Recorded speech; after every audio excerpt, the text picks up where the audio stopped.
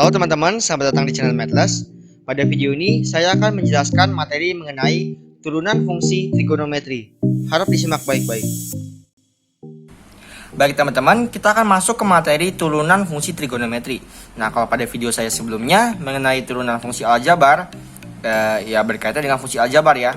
Otomatis kalau tentang ini, kita akan bermain turunan dengan fungsi trigonometri. Nah, ini sangat mudah karena tidak perlu konsep apapun karena sama ya sama turunan biasa. Jadi saya akan langsung menuliskan rumusnya ya, rumus turunannya dari fungsi trigonometri. Nah, jadi ketika saya punya y sama dengan sin ya, sin x ya. Nah, turunan dari y ini sin x ini akan sama dengan cos. Ya, seperti ini. Lagi ya.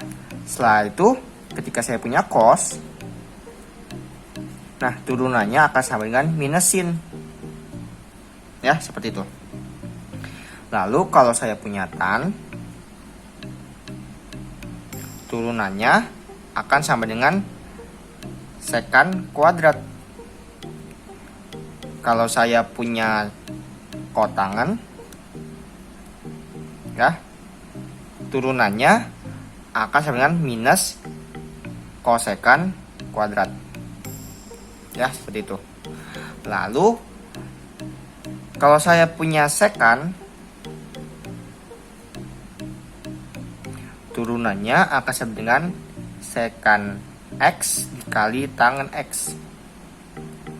Ya. Lalu kalau saya punya kosekan, turunannya akan sama dengan minus kosekan x kali kotangan x. Nah, seperti ini ya. Jadi hanya 6 ini yang harus kalian pahami. Nah, jadi sangat mudah ya. Nah, kalau saya punya fungsi khusus ya, saya akan tuliskan fungsi khusus di sini. Misalkan saya punya y sama dengan sin u. U ini suatu fungsi ya, bebas. Nah, otomatis kalau saya turunkan kan mengikuti aturan ini, sin adalah cos ya, maka menjadi cos u. Namun kita jangan lupa, kenapa ini hanya menjadi cos x? Karena turunan dari x adalah 1. Dia tidak menuliskan di sini. Maka kalau kita ada fungsi u ya, u ini, kita turunkan pertama, turunkan ini dengan menjadi seperti ini. Lalu kita kalikan dengan turunan fungsi ini, u aksen. Ya, jangan lupa.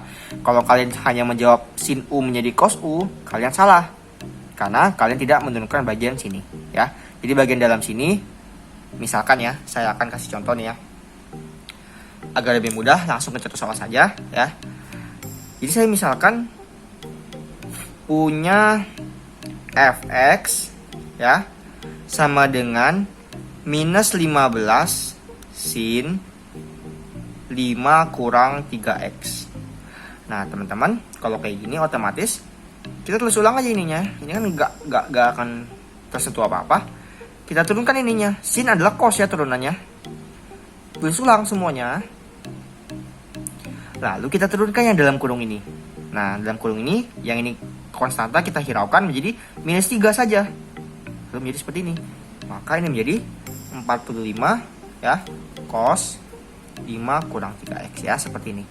Jadi setelah kalian turunkan sin ini menjadi ini, kalian jangan lupa turunkan dikalikan dengan turunan yang dalam kurung ini ya, seperti itu. Nah di sini saya akan kasih soal yang lebih lengkap lagi ya. Nomor 1, ketika saya punya fx cos 2x ya, ini juga sangat mudah. Kita turunkan ini seperti biasa. Turunan cos ada berapa? Cos minus sin, maka ini menjadi minus sin 2x ya. Lalu setelah minus sin 2x, kita apakan? Yang bagian 2 ini kita tuliskan menjadi apa? Turunan 2x 2 ya. Jadi jawabannya adalah minus 2 sin 2x ya, seperti itu. Oke. Nah saya akan kasih soal lagi biar kalian lebih paham ya.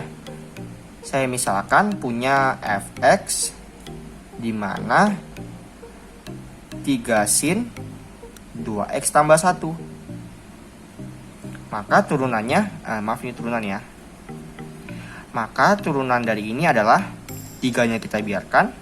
Turunan dari sin adalah cos. Kita tulis ulang semua. Lalu kita turunkan dalam kurung 2. Berarti menjadi 6 cos 2x tambah 1 ya, seperti ini. Oke.